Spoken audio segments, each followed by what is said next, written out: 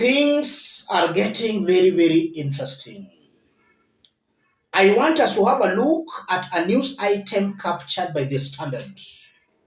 Before we have a look at that news item, let me start by saying this.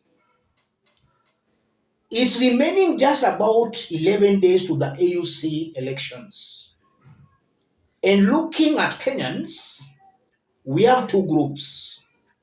There are those who strongly believe Raila Odinga will fail. And they are praying day in, day out for Raila Odinga to fail. We have that group. We have another group that strongly believes Raila Odinga will win. And they are praying day in, day out for Raila Odinga to win. It's interesting, ladies and gentlemen. Remaining only 11 days, and the truth will come out very, very clearly. Let's have a look at this interesting story captured by the Standard.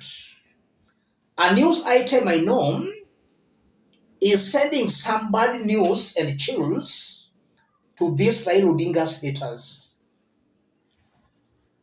Raila AUC chair bid backed by 28 nations, campaign secretariat says.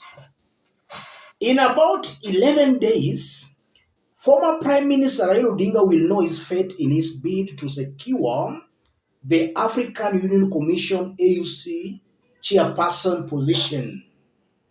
The continent's heads of state are scheduled to vote for Musa Faki Mohamad's replacement during the 38th ordinary session of the Assembly of the Heads of State and Government, which will be held in Addis Ababa, Ethiopia on February 15 and 16.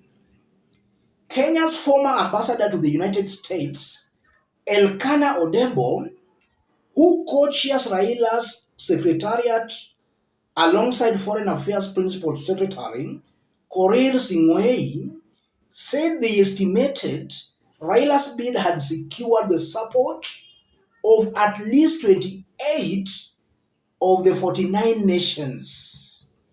We still have work to do, especially given that we are determined to get the 2/3 in the first round, said Odembo. So Raila Odinga's secretariat, they are just updating Kenyans that with 11 days to the D-Day, they have secured about 28 African countries. Africa has 55 countries. 6 have been suspended, so the 6 cannot vote in the coming election. The remaining 49 countries will vote. To win AUC, you need 2/3. 2/3 of 49 countries, that's 32. 32 or 33. So Raila Odinga, having secured 28 countries, he only needs the support of 4 other countries to win this seat in the first round. Only 4. That's according to Raila Odinga's secretariat. If you look at Google, and this is something I keep on repeating here, just Google these candidates. According to Google, Raila secured 23. Djibouti's candidate has only secured 2. Madagascar's candidate has only secured 1. So even if you forget about Raila Odinga's secretariat and you Google, Raila Odinga is still way much ahead of his competitors. According to Google, Raila needs 9. According to Raila Odinga's secretariat, Raila only needs 4. I want us to dig deep into this story for Kenyans to understand what's happening here. If you are watching us but you have not yet subscribed, subscribe, give the video a like. Let's proceed. If you look at some of the rules that were amended for this year's AUC elections, This year is for Eastern Africa to produce the AUC chairperson.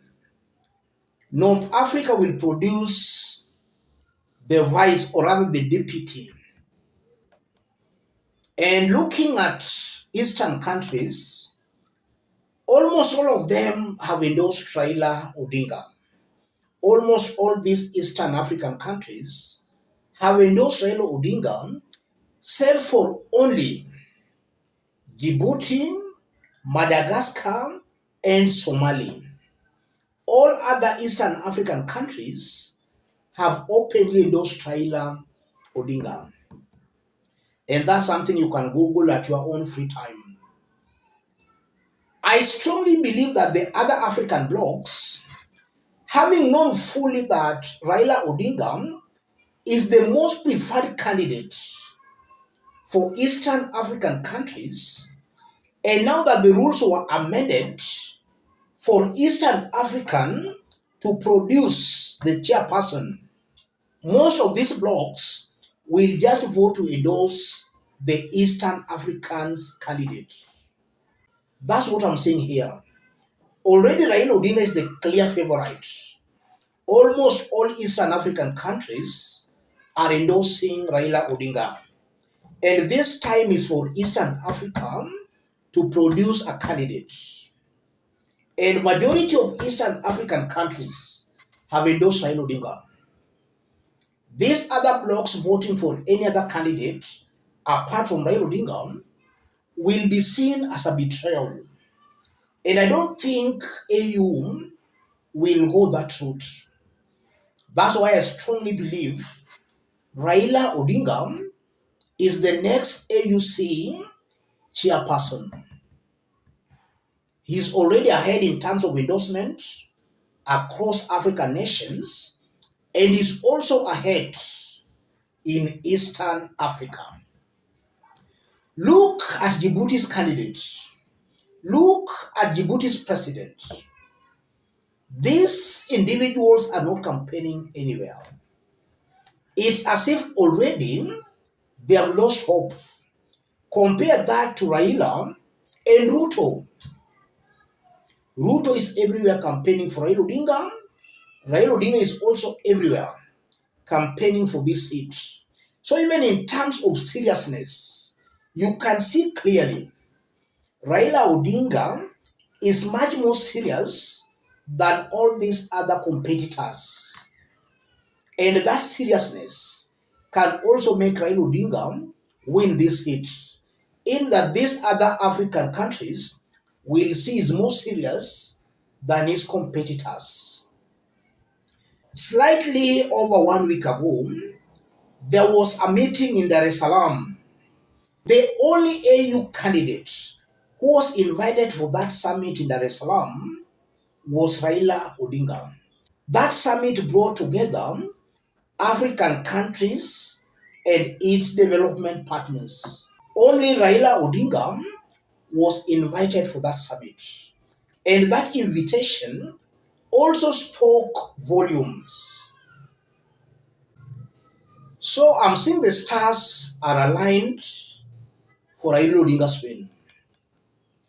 Raila's haters, because Raila's never gotten a chance of being the president in Kenya, they believe that that jinx will also be in Addis Ababa. And that is clearly informing why they are saying Raila Odinga will lose. Only 11 days remaining. And again, to win that seat, you need 2/3. You must garner 2/3. Even if you are alone in the race and you fail to garner 2/3, you can't be declared the winner. After 3 rounds or 4 rounds of voting, if still you can't garner 2/3, even if you are alone, that election will be suspended.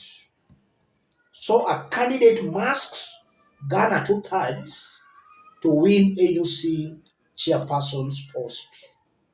There is no way around it. Let me stop it there. If you are watching us but you have not yet subscribed Subscribe, give the video a like. Any person watching us outside Kenya, drop a comment, let us know from which part of the globe you are watching us from. If possible, subscribe, give the video a like. Thank you. God bless you. God bless Kenya.